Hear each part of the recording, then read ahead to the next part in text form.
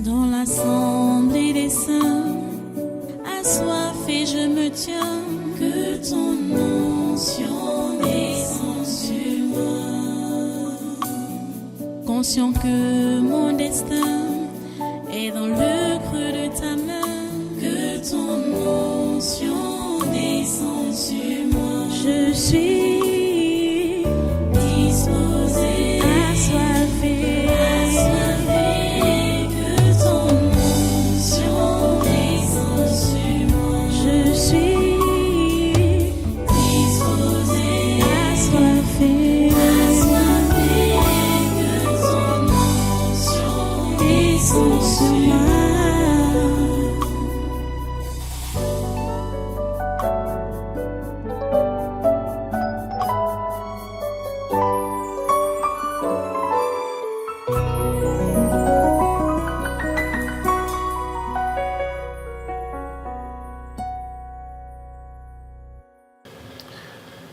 Alléluia.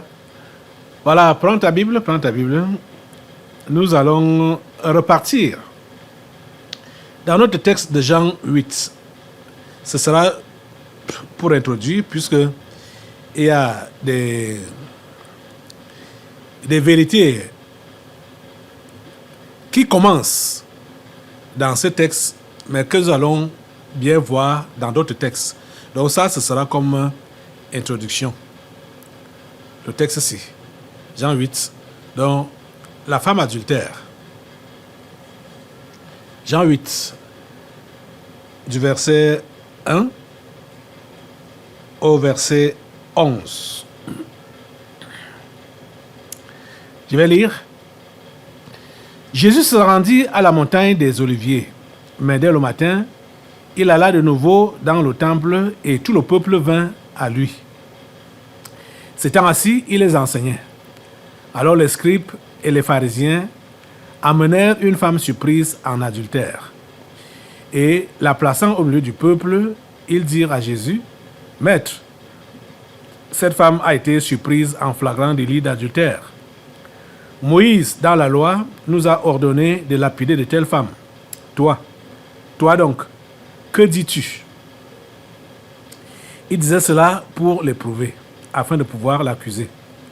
Mais Jésus, s'étant baissé, écrivait avec le doigt sur la terre. Comme il continuait à l'interroger, il se releva et leur dit, « Que celui de vous qui est sans péché jette le premier la pierre contre elle. » Et s'étant de nouveau baissé, il écrivait sur la terre.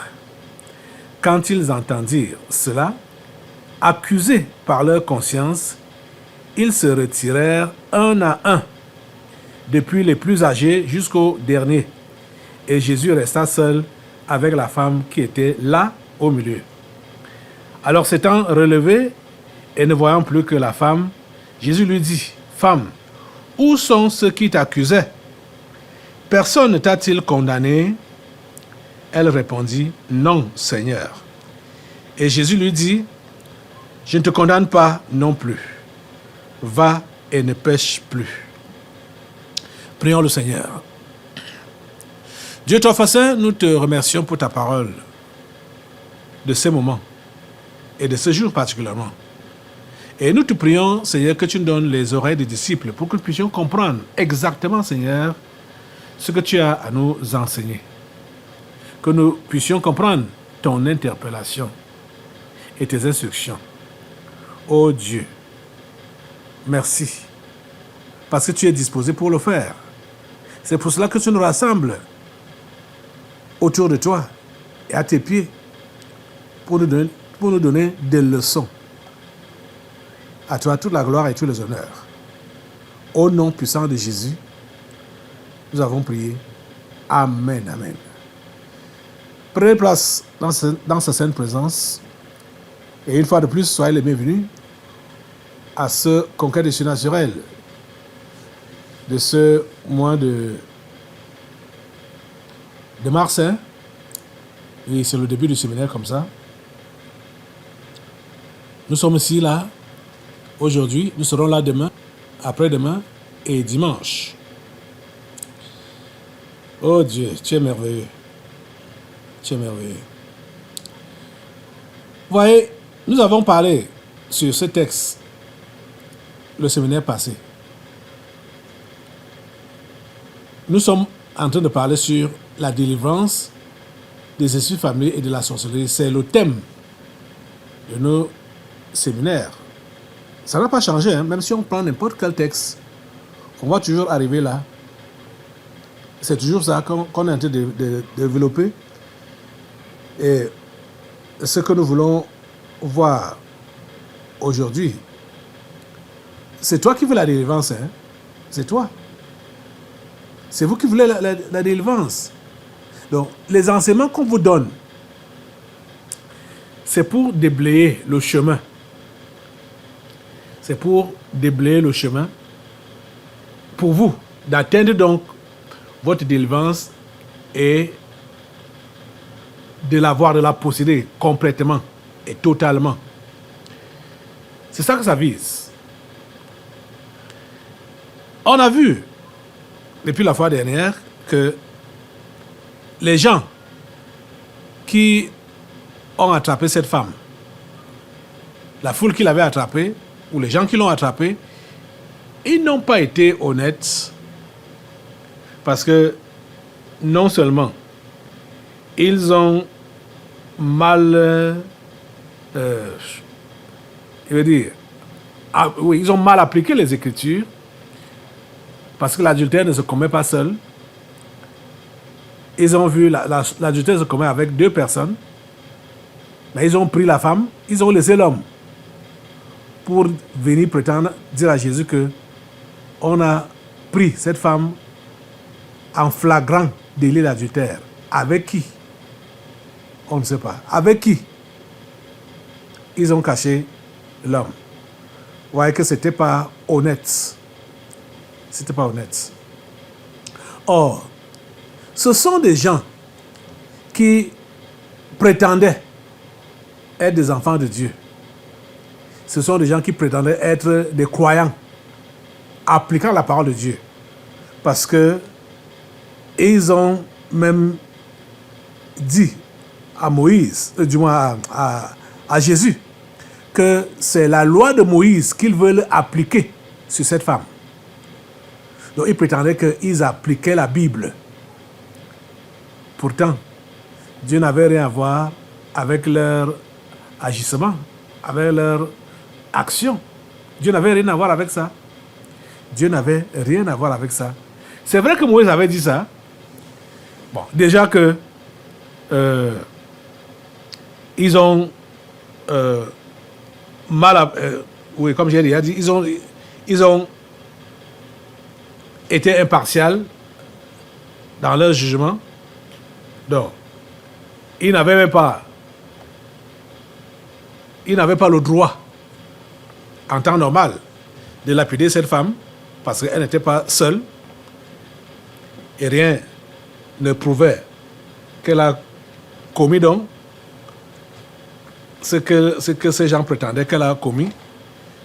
Et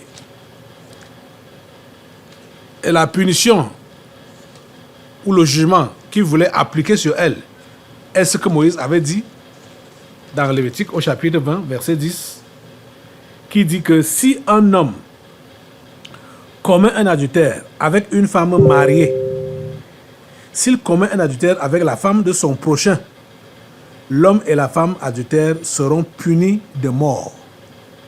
L'homme et la femme adultères seront punis de mort.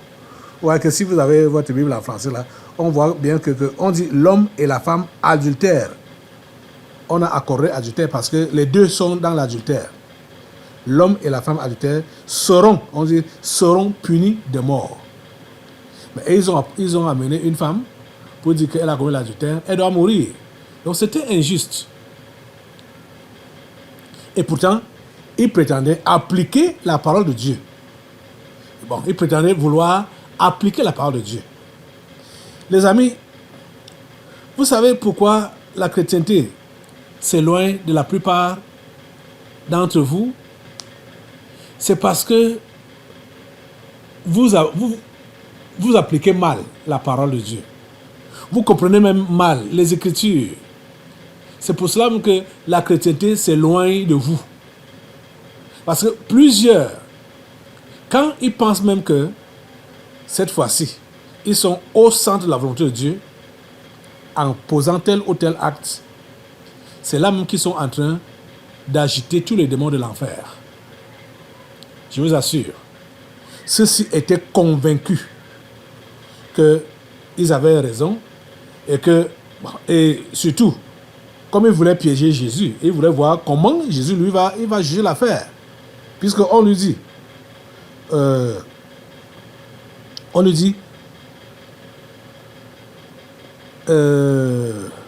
oui, comme il continue, attends, toi donc, voilà, ça c'est la question ci est très importante. Toi donc, que dis-tu? Voilà ce que Moïse a dit concernant de telles femmes. Toi donc, que dis-tu? Que dis-tu? Et c'est comme ça que plusieurs sont donc, quand ils veulent condamner, ils veulent accuser, ils disent qu'ils sont chrétiens. Ici, là, vous savez que la délivrance, le séminaire, s'adresse d'abord aux chrétiens, nés de nouveau. Donc, c'est eux qui sont les plus concernés, les chrétiens nés de nouveau. Parce que si vous mettez en pratique la parole qui vous est enseignée, c'est là que vous allez vous dégager de vos esprits familiers. C'est là que vous allez connaître la délivrance de vos esprits familiers. En écoutant la parole et en la mettant en pratique. Si vous n'écoutez pas la parole et vous ne pratiquez pas, vous n'allez pas bouger. Vous n'allez pas bouger des griffes de vos esprits familiers. Ils seront en train de vous tenir captifs. Vous comprenez? Donc, c'est vous qui êtes appelés à écouter et à appliquer ce qui vous est enseigné. Toi donc, que dis-tu? Et ils attendaient la réponse. Ils attendaient la réponse. Oui, elle doit être lapidée. Ou non. Bon, vous pouvez lui pardonner, non? Bon, Jésus n'a même pas parlé de ça. Hein? Ou bien, mais, attends, vous l'avez même trouvé avec qui? Elle a fait ça avec qui? Jésus n'est pas allé dans tous ces questionnements-là. Jésus est allé droit au but. Et c'est là où Jésus est allé que je voudrais t'amener aujourd'hui. J'ai beaucoup... vous savez, quand je prends la parole pour un séminaire ou pour un message, je demande toujours les allants et les aboutissants. Que on va où? On va où? On fait comment? On arrive où? Qu'est-ce que ça va donner? Et la suite, c'est quoi? Ces gens étaient sûrs que Jésus allait tomber dans leur piège. Ils allaient avoir une occasion, soit de l'accuser ou de le mépriser. Ils disaient que voilà, il disait même qu'il était prophète, il ne connaît rien. Et il ne connaît même pas la loi. Hein. Il ne connaît rien. Donc, ça ne vaut pas la peine de continuer à l'écouter. Ou voilà, lui, il encourage. Parce que s'il ne dit rien, ça veut dire qu'il encourage les gens dans la mauvaise vie. Il encourage les gens à pécher, oui, hein, dans la mauvaise vie. Toi, que dis-tu? Toi donc, que dis-tu? On dit qu'il disait cela pour l'éprouver afin de pouvoir l'accuser. Mais Jésus, s'étant baissé, écrivait avec le doigt sur le sol. Comme il continuait à l'interroger, ils ont continué à le harceler avec la question. Il se releva et leur dit, que celui de vous qui est sans péché jette le premier la pierre contre elle.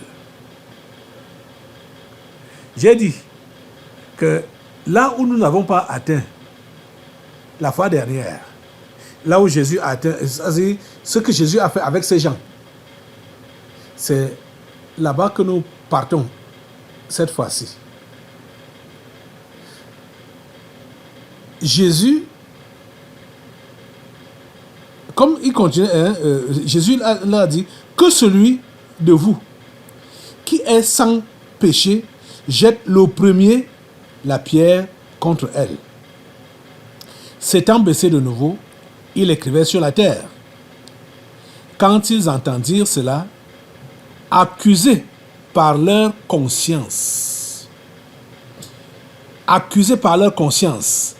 ils se retirèrent un à un, depuis les plus âgés jusqu'au plus dernier. Et Jésus resta seul avec la femme qui était là, au milieu. Nous voulons atteindre, ou le Saint-Esprit voudrait atteindre votre conscience. Vous dites que vous êtes chrétien. Peut-être c'est vrai. Oui. Vous dites que vous êtes chrétien. Peut-être ce n'est pas vrai. Bon. Ça dépend de la réponse que vous pouvez donner, ou ça dépend de la réalité qui se trouve concernant votre vie. Mais il y a une chose. Chrétien ou pas chrétien, chacun a une conscience. Vous voyez que ces gens, c'est sûr que ils ont eu à appliquer ça sur beaucoup de gens comme ça, beaucoup de femmes. Je vais dire beaucoup de femmes, puisque ici là on a l'exemple d'une femme qu'ils voulaient lapider. Et Dieu seul sait combien ont été victimes de leur, moi je vais appeler ça méchanceté. Dieu seul sait combien ont été victimes de leur méchanceté. Mais cette fois-ci, ça n'a pas marché. Parce que Jésus les a mis chacun devant sa conscience. Devant sa conscience. Il faut que tu te places devant ta conscience. Par rapport à ta propre vie. Ta propre vie. Ta conscience et ta vie. Chrétien ou pas. Place-toi devant ta conscience et vois tes actes, vois tes jugements, vois tes condamnations. J'ai dit, tu te places devant ta conscience et tu analyses tout. Tout ce que tu crois avoir fait en bien, ou tout ce que tu sais même personnellement que tu as fait ça pour le mal. Place-toi devant ta conscience, que ta conscience te juge. Que ta conscience te dise ce que tu as eu à faire. C'est elle seule, quand tu es honnête, qui peut te révéler ton état de cœur. Parce que si nous n'avons pas de cœur pur, on ne peut pas voir Dieu. Et si on ne peut pas voir Dieu, ça veut dire qu'on n'est pas chrétien. On n'a pas été chrétien. Et ça veut dire quoi? On va aller en enfer. Mais ce n'est pas les chrétiens qui vont en enfer. Ce sont les païens qui vont en enfer. Ceux qui ont fait du mal, ceux qui ont péché, c'est eux qui vont en enfer. Mais si tu as un cœur mauvais, un cœur impur, tu vas aller en enfer. Est-ce que tu peux donc t'appeler chrétien avec le genre de cœur que tu as là? Il faudrait que tu puisses toi-même te placer devant ta conscience et lui poser des questions par rapport à tes actes, par rapport à tes mouvements, par rapport à tes agissements, à tes réactions, hein, par rapport à tes dires, à tes propos, par rapport à tout ce que tu fais. Vous savez, c'est vrai qu'il y a beaucoup qui ont tué leur conscience. Il y a beaucoup qui ont tué leur conscience. Je vais prier Dieu pour qu'il réveille ta conscience. Seigneur Dieu, réveille la conscience de ces hommes et de ces femmes. Seigneur Dieu, éclaire la conscience de ces hommes et de ces femmes. Seigneur Dieu, éclaire leur conscience. Les amis, vous voyez que Jésus n'a même pas refusé qu'on lapide la femme. Hein? Jésus ne voulait pas aller contre la loi de Moïse. Parce que Jésus lui-même a enseigné et a dit que il ne sera enlevé ni un trait de lettre, ni un iota, ni un trait de lettre de la loi. Jésus n'est pas venu pour changer la loi ou pour abolir la loi. Il n'est pas venu pour ça. Donc, il n'était même pas contre la loi de Moïse. Il n'était pas contre la lapidation de la personne qui a commis l'adultère. Il n'était pas contre ça. Mais ce que Jésus a eu à faire, c'est de placer chacun devant sa réalité. Parce que c'est ça qui compte. Vous savez, quand chacun a été placé devant sa réalité, oh Dieu, ce jour-là, tu avais agi. Tu n'as pas changé. Tu es le même. Hier, aujourd'hui, éternellement. Tu agis aujourd'hui. Dans ces consciences. Pour les réveiller. Pour les alerter. Par rapport à leur vie. Par rapport à leurs actes. Chacun est entré en lui-même. Et ils ont vu. Ah, la femme a commis l'adultère, c'est vrai. Mais Jésus ne nous a pas dit de ne pas... qu'elle n'a rien fait. Jésus nous autorise même de la lapider. Est-ce que vous voyez ça? Jésus n'a pas dit ne la lapidez pas. Où? Jésus n'a pas dit ça. Ce n'est pas ça que Jésus a dit. Jésus a dit ceci. Que celui de vous qui est sans péché jette le premier la pierre contre elle. Jésus n'a pas dit que la femme là n'a pas péché. Jésus n'a pas dit que la femme là ne mérite pas la mort. Ce n'est pas ça que Jésus a dit. Mais Jésus a lancé la balle chez chacun d'entre eux. Et il dit que celui de vous qui est sans péché soit le premier à lancer la pierre contre elle. Là, c'était pour voir. Jésus voulait voir l'invoyable. Parce que la Bible dit quoi? La Bible dit tous ont péché et sont privés de la gloire de Dieu. Tous ont péché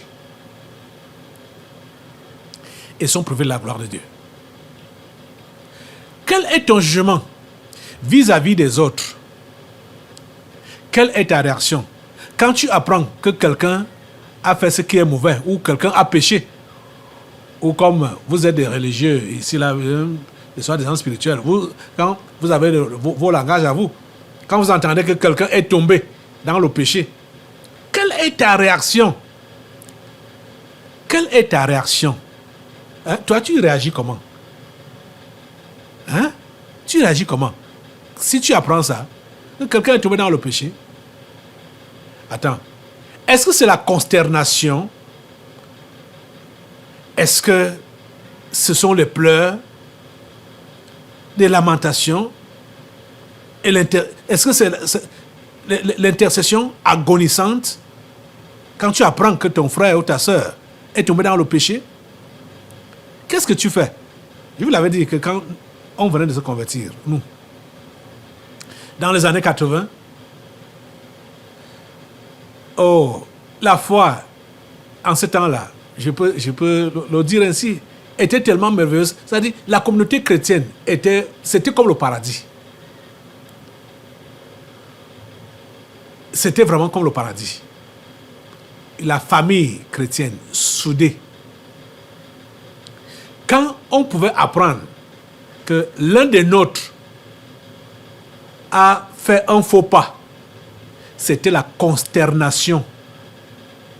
La consternation, les pleurs, les lamentations. Pour demander à Dieu le rachat de celui-là ou de celle-là. C'est comme ça qu'on faisait. Et c'est comme ça que ça doit se faire. Lisez l'apôtre Paul. Vous allez comprendre comment il dit. Quand les gens pêchent, il est dans la consternation, il est dans les pleurs. Vous voyez? Quand Jésus dit à ces gens, voilà, vous êtes autorisés à la lapider, hein? Mais regardez d'abord en vous-même. Est-ce que vous ne vous reprochez rien? Peut-être vous n'avez pas commis l'adultère comme elle. Mais vous connaissez vous-même. Qu'est-ce que vous avez fait qui était contre la volonté de Dieu? Regardez cela. S'il n'y a rien dans votre vie que vous avez fait qui soit contre la volonté de Dieu, ok, vous êtes qualifié pour prendre, celui-là est qualifié pour prendre le premier, la pierre, et lapider cette femme. C'est ça que Jésus leur a dit.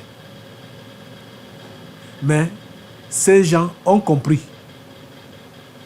qu'ils étaient coupables comme la femme, et peut-être même plus coupables que elle, pour certains. Ils ont compris qu'ils étaient condamnables comme la femme, et peut-être plus encore que cette femme. Et c'est pourquoi, quand chacun avait devant lui ou devant soi les mauvaises images de sa vie passée, il ramassait ses bagages et allait dans sa maison sans dire au revoir à son voisin, parce que sa conscience lui disait que tu fais quoi là? Tu fais quoi là? Toi-même, tu es pire que cette femme, ou tu es la même chose que cette femme. Hein? Regarde ce que tu fais, regarde ta vie. Et c'est comme ça donc qu'ils parlent. Et ils sont partis un à un, du plus petit au plus grand. Ils ont laissé la femme, hein, depuis les plus âgés jusqu'au dernier.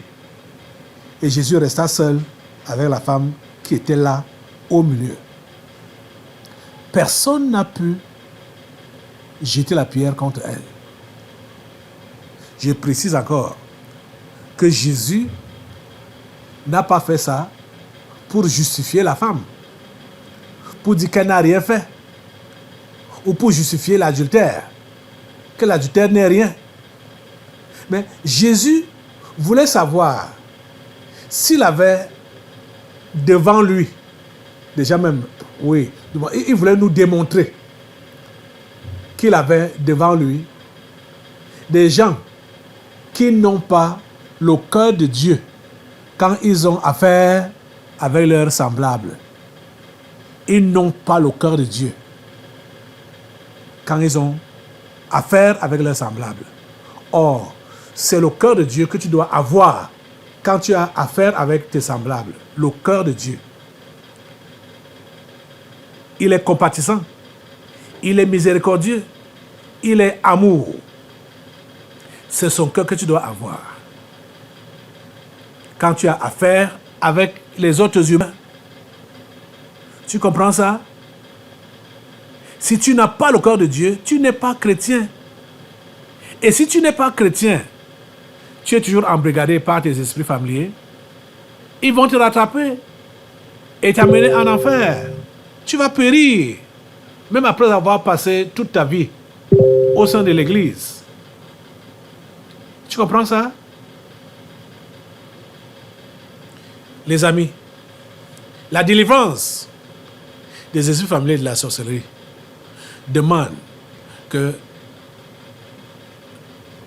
quand tu te convertis, que tu connaisses la métamorphose totale, que tu connaisses le changement total, de façon que ton cœur n'est plus le cœur des simples humains là, ou le cœur des méchants, ou le cœur des sorciers, ou ton cœur n'est plus le cœur des humains naturels là. Ton cœur doit devenir le cœur de Dieu. Le cœur de Dieu. c'est un cœur compatissant. Et vous voyez que c'est cette histoire de mauvais cœur qui rattrape plusieurs qui ont même peut-être eu à démarrer avec la chrétienté dans le passé. Mais leur mauvais cœur les a rattrapés quelque part en route. Vous voyez? Parce que toujours, il y a la rancœur, la rancune, la vengeance, hein, le manque de pardon. Toujours, il y a des reliquats dans leur cœur contre les autres. Comprenez? Oh mon Dieu, ta grâce. Jésus a fait vraiment ce qui devait être fait. Et je lui demande de faire ça pour vous maintenant, parce que chacun d'entre vous doit laisser sa conscience lui parler. Pour lui-même, surtout vis-à-vis des autres. Parce qu'on est prêt à condamner, on est prêt à accuser. Pourtant, Jésus n'est pas venu pour condamner et Jésus ne nous envoie pas condamner. Nous voulons être libérés, mais on n'est pas prêt à libérer les autres dans notre cœur. On n'est pas prêt. Nous voulons être pardonnés, mais on n'est pas prêt à pardonner les autres. C'est ce qui est tragique, c'est ce qui est mauvais, franchement. C'est bizarre, hein? Très bizarre. Très bizarre. Et on se dit chrétien. Quelle qualité de chrétien? Sans amour, sans pardon, sans miséricorde. C'est vrai qu'on jeûne, c'est vrai qu'on prie, c'est vrai qu'on paie le prix pour venir à l'église. Il y a des gens qui quittent des quartiers très éloignés de Yaoundé, qui viennent ici, comme au séminaire comme ça, d'autres quittent même d'autres villes, viennent ici à Yaoundé pour suivre le séminaire. Mais vous savez que ce ne sont pas les sacrifices que Dieu apprécie. Non, non, c'est pas ça. Ce que Dieu apprécie le plus, je veux dire, oui, ce que Dieu apprécie, c'est la miséricorde et non les sacrifices. Donc, vous pouvez faire des sacrifices, comme ce que je venais de nommer tout à l'heure, et à tous les séminaires, vous rentrez tard. Vous faites les séminaires sous la pluie, sous le soleil, comme aujourd'hui même là, sous la pluie. C'est des sacrifices. Mais ce n'est pas ça que Dieu regarde. Ce que Dieu regarde, c'est la miséricorde. Matthieu chapitre 12, verset 7. Je vais lire seulement le verset 7. Ça, ce sont les textes qui vont nous conduire pour la suite du séminaire. Hein. Je vous ai dit que j'ai démarré seulement avec l'histoire du séminaire passé. Cette femme surprise en adultère. Matthieu chapitre 12, verset 7 dit: si vous saviez ce que signifie « je prends plaisir à la miséricorde et non au sacrifice », vous n'auriez pas condamné des innocents. Dieu prend plaisir à la miséricorde et non au sacrifice. La miséricorde, l'esprit de pardon, la miséricorde. C'est à cela que Dieu prend plaisir et non au sacrifice. Tu peux faire des sacrifices quand ce n'est pas dans l'amour, dans la miséricorde. Ça ne sert à rien. C'est des sacrifices pour rien. Ce que les esprits ont souvent appelé ici des souffrances inutiles. Donc, c'est inutile. Les amis, il faut que chacun d'entre vous rentre dans sa conscience pour voir et pour juger les motivations de ses actes. Je me rappelle, quand je venais de me convertir, la personne qui m'avait amené à la foi, qui m'avait évangélisé, j'avais trouvé qu'ils étaient souvent engagés à prier pour les malades. chaque dimanche après-midi, sortait pour aller prier pour les malades. Et il y avait des guérisons, hein. Il y avait des guérisons et tout ça. Il m'a dit quelque chose de très important que je n'ai jamais oublié. Il m'a dit que pour que Dieu t'utilise pour la guérison des malades, quand tu pries pour un malade, il faut que tu sois prêt à dire à Dieu que Dieu, s'il faut même que cette maladie, que cet homme ou cette femme porte, vienne sur moi, pour que toi tu le guérisses. Quand Dieu voit ce genre de cœur-là, il sera obligé ou forcé de guérir cet homme. Parce que tu as pris sa place. C'est comme ça qu'il me disait. Et vous voyez que ça donne. C'est ça que Jésus a fait, non? Jésus a pris notre place. Donc, nous devons avoir le cœur de Jésus, le cœur de compassion, le cœur d'amour, le cœur de miséricorde.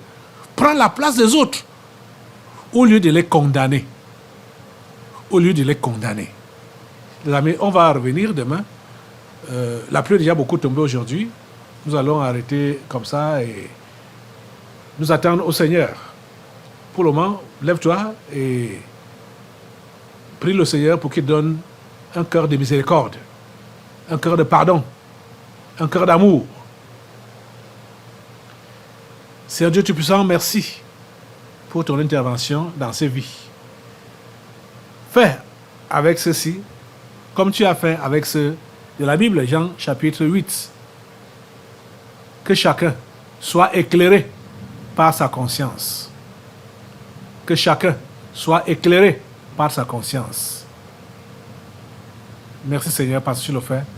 Au nom puissant de Jésus, nous avons prié. Amen. Asseyez-vous, nous allons maintenant passer aux délivrances prophétiques. Dans l'assemblée des saints, assoiffé je me tiens, que ton onction descende sur moi. Conscient que mon destin est dans le creux de ta main, que ton onction descende sur moi. Je suis